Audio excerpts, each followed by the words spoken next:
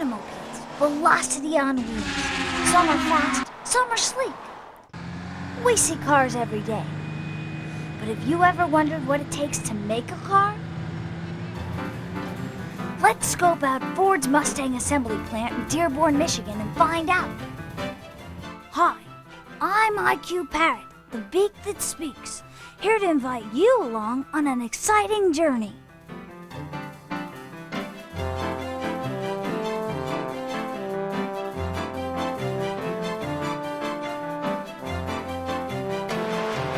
It takes 2,500 parts and the hard work of more than 800 people to build each Mustang.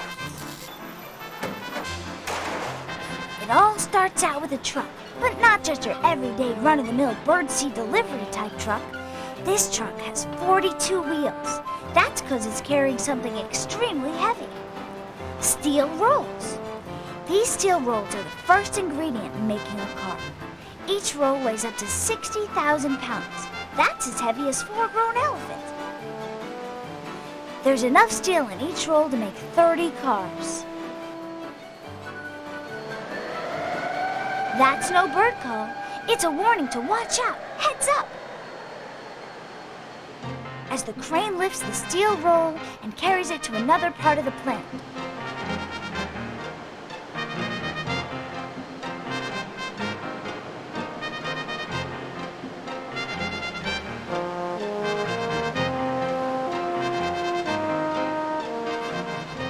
Where it's unrolled and cut into pieces. Looks like a roll of paper towels for giants. The pieces of cut steel are picked up and fed into a giant pressing machine, which shapes the steel into pieces for the body of the Mustang. Here's what happens when a flat piece is fed into the machine. Wham! Amazing!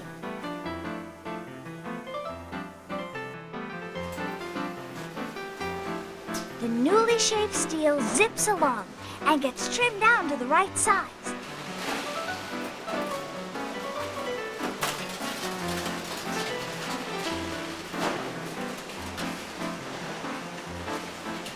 It's like cutting out sugar cookies with a cookie cutter.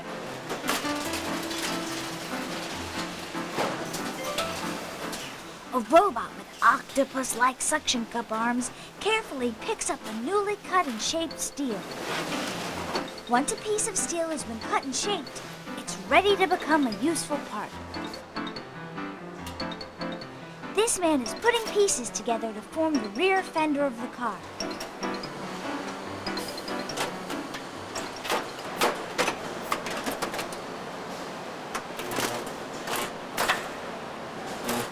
See that hole for the gas tank? I wonder when the lid goes on. Throughout the plant, people are preparing many different parts. Small carts and trucks scurry around, collecting, hauling, and delivering materials.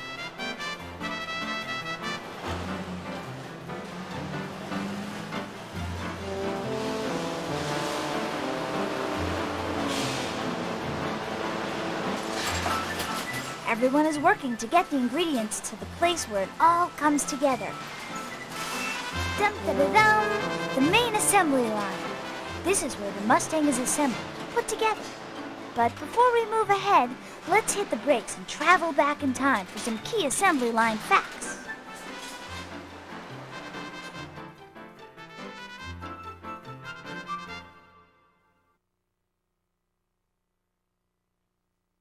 This is Henry Ford, the founder of the Ford Motor Company.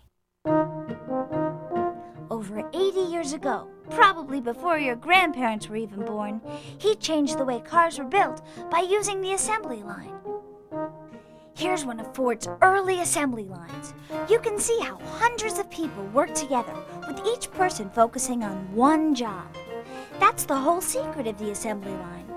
As the cars move along, each person adds a part. They do their jobs over and over with each passing car. The line moves along quickly, allowing many cars to be built. Okay, let's cruise back to the present. On today's assembly line, people share the work with robots, but not the kind you see in movies that tell jokes and make coffee. Oh, no. These robots do the heavy and more dangerous work. Like a house, a car is built from the bottom up. The assembly line starts here with the first part, the floor of the car. If you have long legs, maybe your feet rest on this piece when you sit in a car. The second part is for the car's trunk.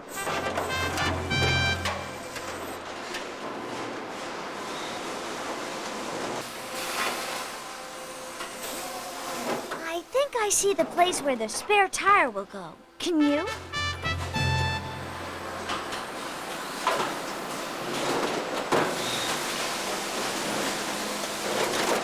When sparks fly, it means that metal is being joined with metal. It's called welding, and it's like gluing two pieces together, except heat is used and not glue. Hey, nobody told me there'd be dinosaurs on this tour. Pretty cool robots, huh? They're welding together the third piece needed to form the bottom of the car. It's the front part where the engine will go.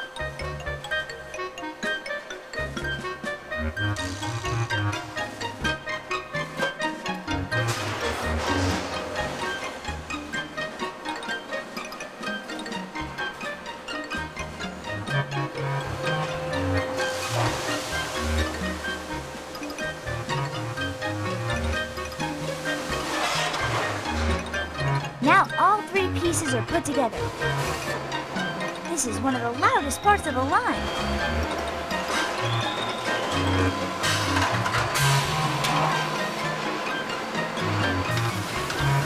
The bottom of the car is complete and moves down the line. This isn't the North Pole version of the Mustang. Because the car does not have wheels yet, it's attached to a sled and moves along on rollers and belts.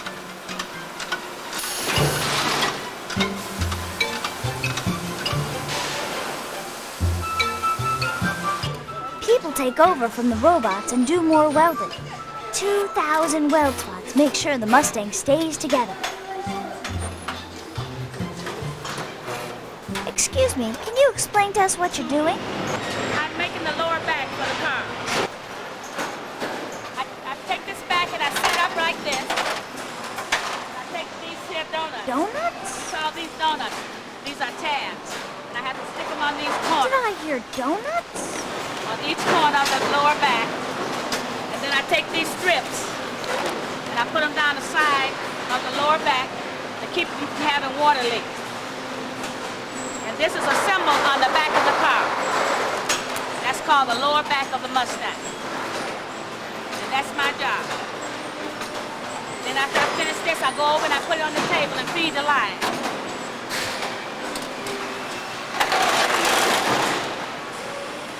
That's it.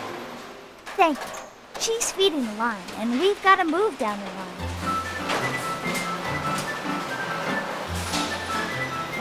Here comes the sides of the car. You can tell that it's going to be a hard top because of the window frames.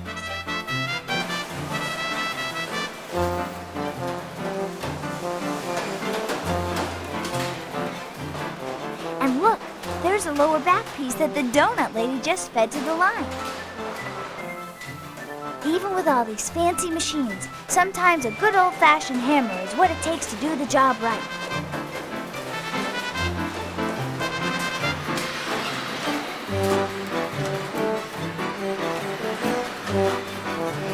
More welding sure puts out the smoke. Now they're beginning to look like cars.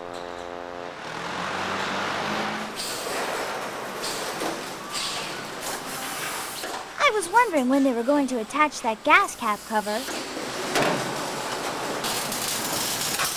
I didn't know it was the 4th of July. Nah, these people are just heavy-duty welders. And they're wearing heavy-duty welding visors to protect their eyes from the sparks.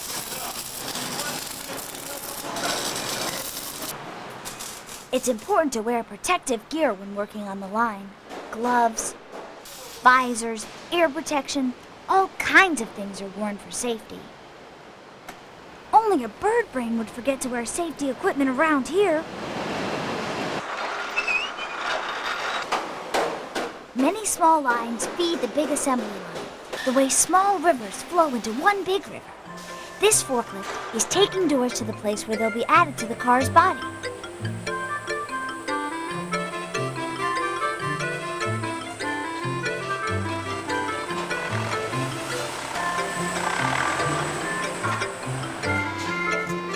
What the heck is that contraption for?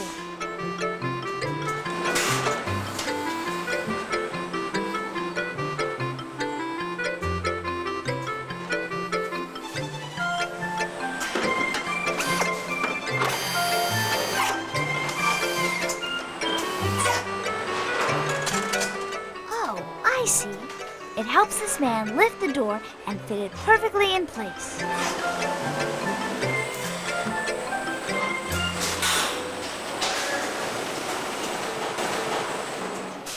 But cars are not the only things moving on the line.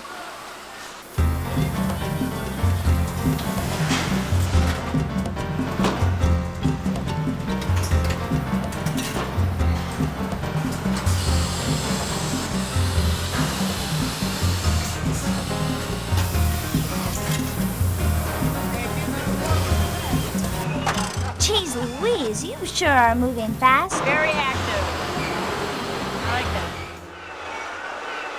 And now for the trunk lid, or as they say in the car business. This is the deck fixture. And what I'm doing is I'm tightening bolts on the left-hand side of the deck to ensure a proper fit.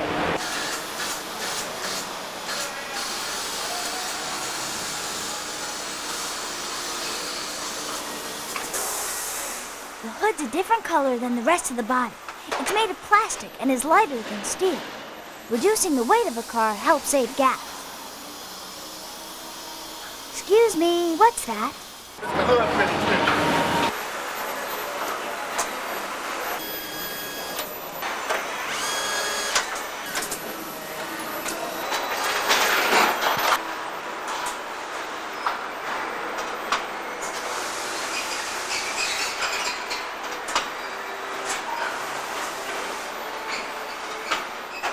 So there it is, the completed body of the car. The car is built to be strong and sturdy so it can take any mega impacts. These crash tests help make sure the car is as safe as possible. Now I understand why they use so much steel.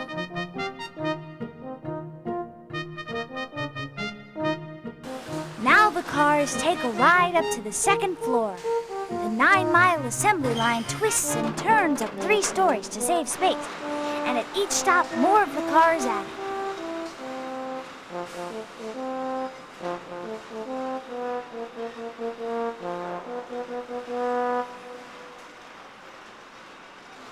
These workers are preparing the cars to go into the swamp. A quick cold shower washes away any dirt and loose metal. Brr! Does a good job on loose feathers, too. This place is no bird bath. That red light warns us that it's dangerous to be here. There's a lot of electricity and poisonous paint in here. It would really ruffle my feathers.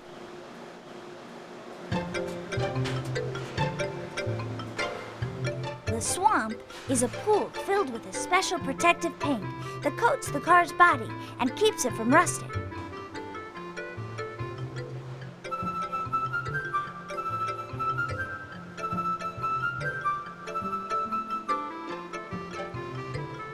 Once dry, the car continues down the line. What are you doing? Sealing the joint. Prevent leaking.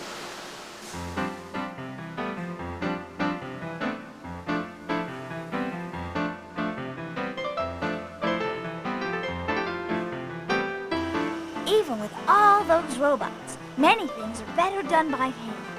The caulking looks and feels like putty. The base coat of paint has to be polished like glass before the next coat is put on.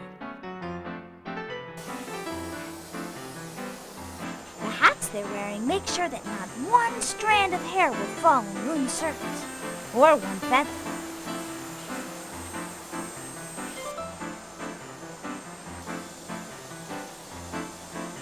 Ooh, that's smooth.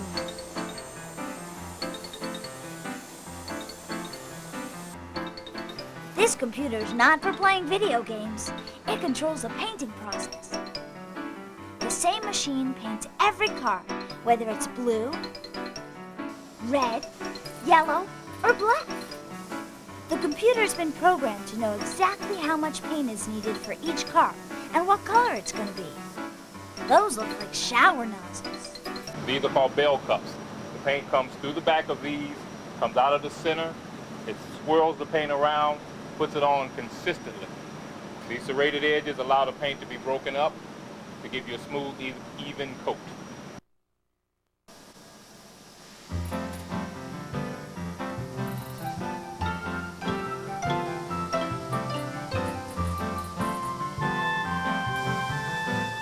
And there's a car being painted yellow. They call that canary yellow, but we parrots call it parrot yellow. It's a bird thing.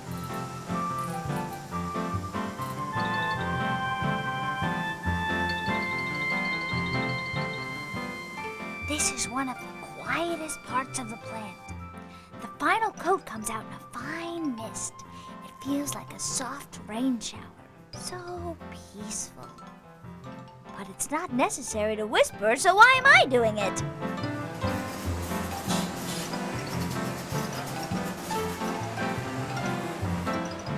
The car is baked in an oven for about an hour at 280 degrees.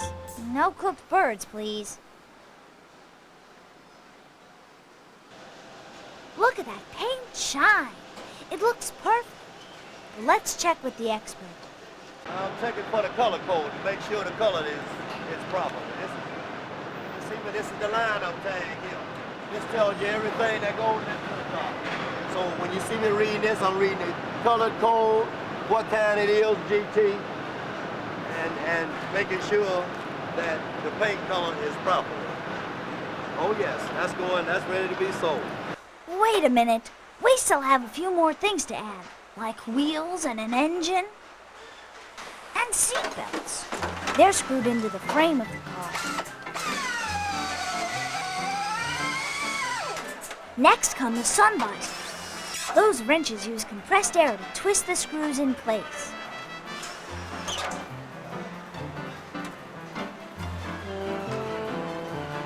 And now comes the part that makes a convertible, a folding top. This part of the assembly line is for convertibles only.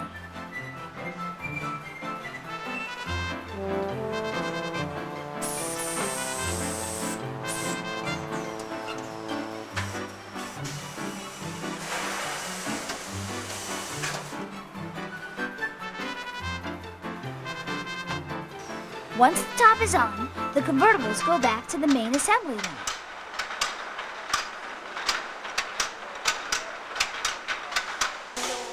Where the windows are put in.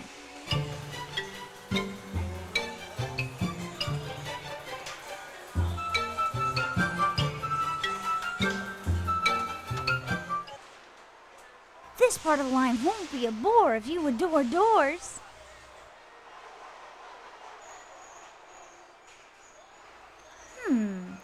I wonder what those machines are called for setting the glass in the door. It's what you call a door glass setter. A door glass setter? Hey, why didn't I think of that? Are you getting the drift here? Any part that opens and closes, the hood, the doors, the trunk, the windows, has to be adjusted by a tool called a setter.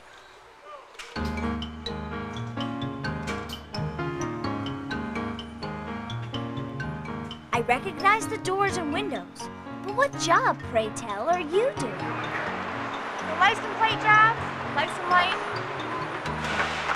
and the high mount.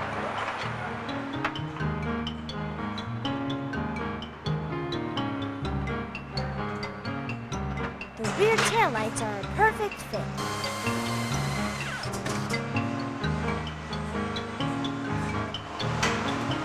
Just off the main assembly line, the man is Installing the steering wheel and the airbag.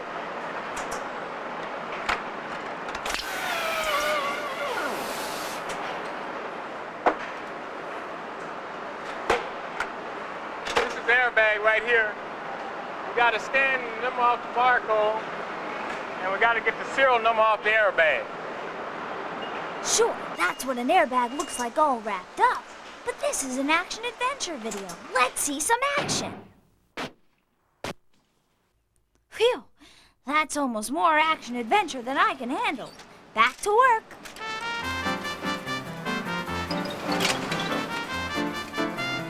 The finished steering column is hung on a moving hook that takes it to the next step.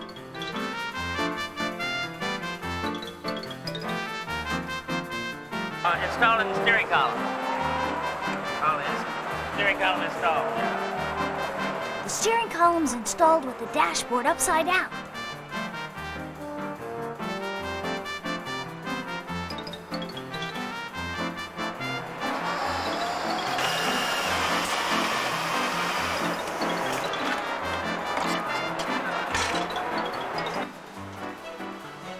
Once flipped over, they fit the entire dashboard in one piece.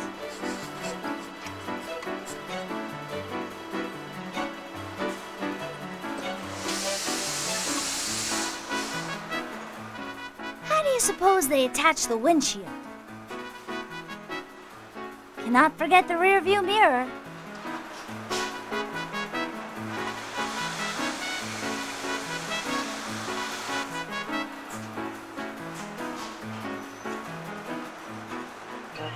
They use a super powerful glue.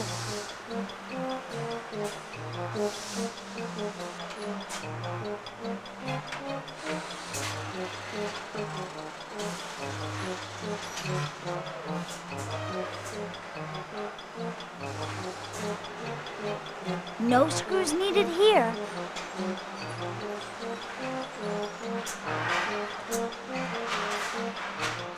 A Mustang would not be a Mustang without this special grille ornament. It's the wild Mustang of the West. If you've never seen one,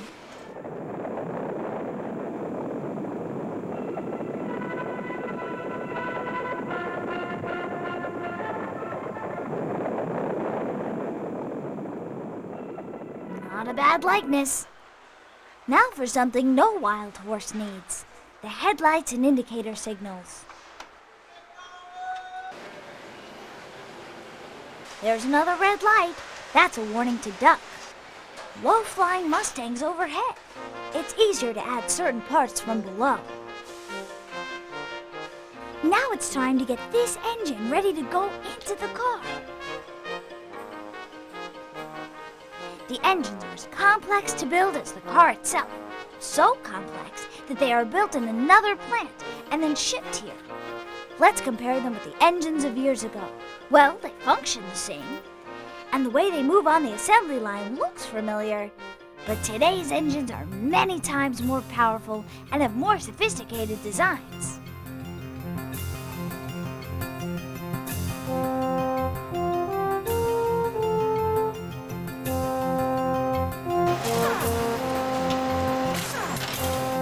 Here's the transmission being attached to the engine. The transmission takes the power of the engine and transmits it to the rear wheels.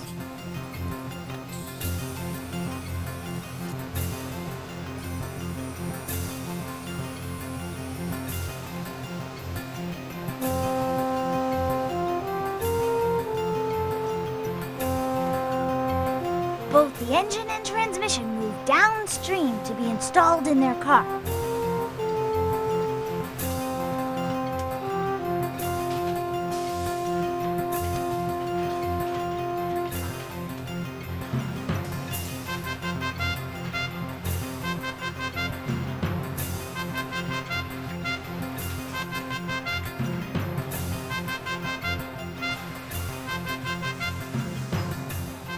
Can you figure out what those giant springs help do?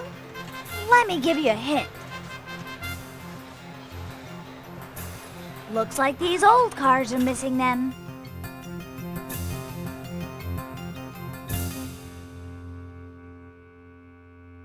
The springs and shock absorbers. They allow a smoother ride.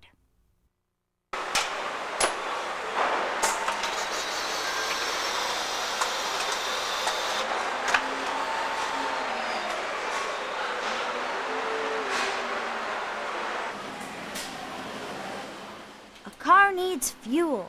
This man is installing a gas tank to the underside of the car.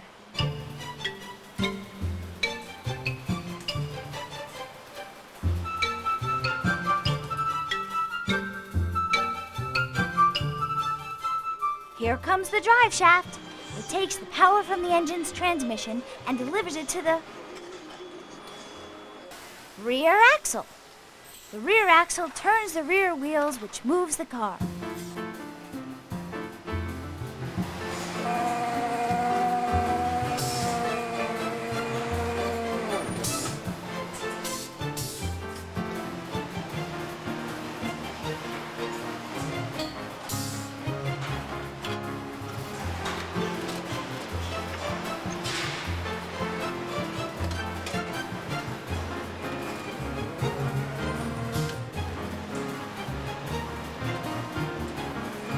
From here, it's a pretty straight run to the end of the assembly line.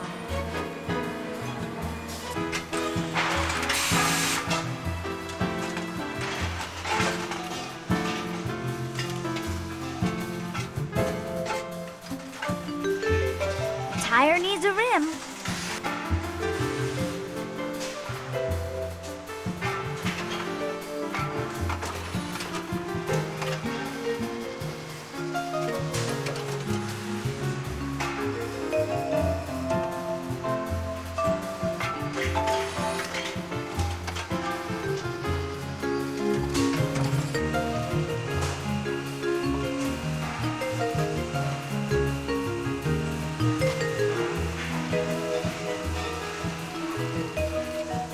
This is the only time a tire gets a free ride.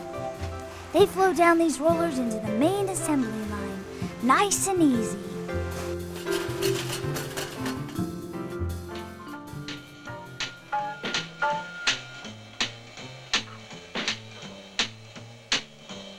Do you really think this is the way they install a tire? I don't think so.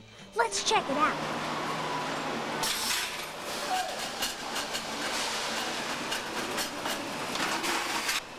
How's that for a power tool? Here, folks could fix a flat in no time if they had one of those, but I think it'd be kind of tough to fit in the trunk. After 22 hours of hard work, the cars are almost complete. And now that we have you on the edge of your seat, here come the seats.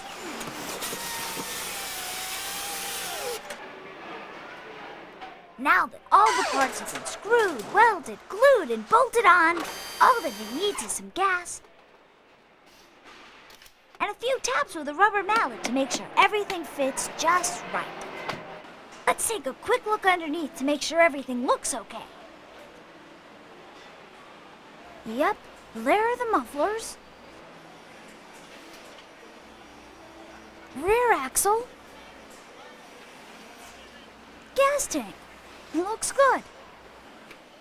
Now for the big moment.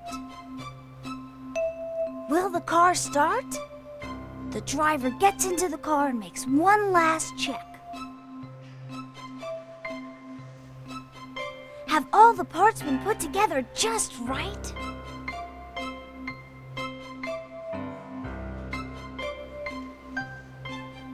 Yes! The car revs up and rolls off the line.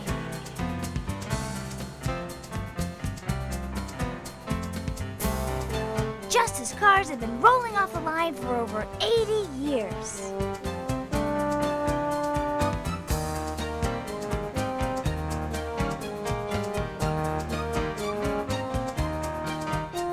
We're ready for the road. This is IQ Parrot. I'm gonna fly, so it's time to say bye. Thanks for joining me on the assembly line. See you next time.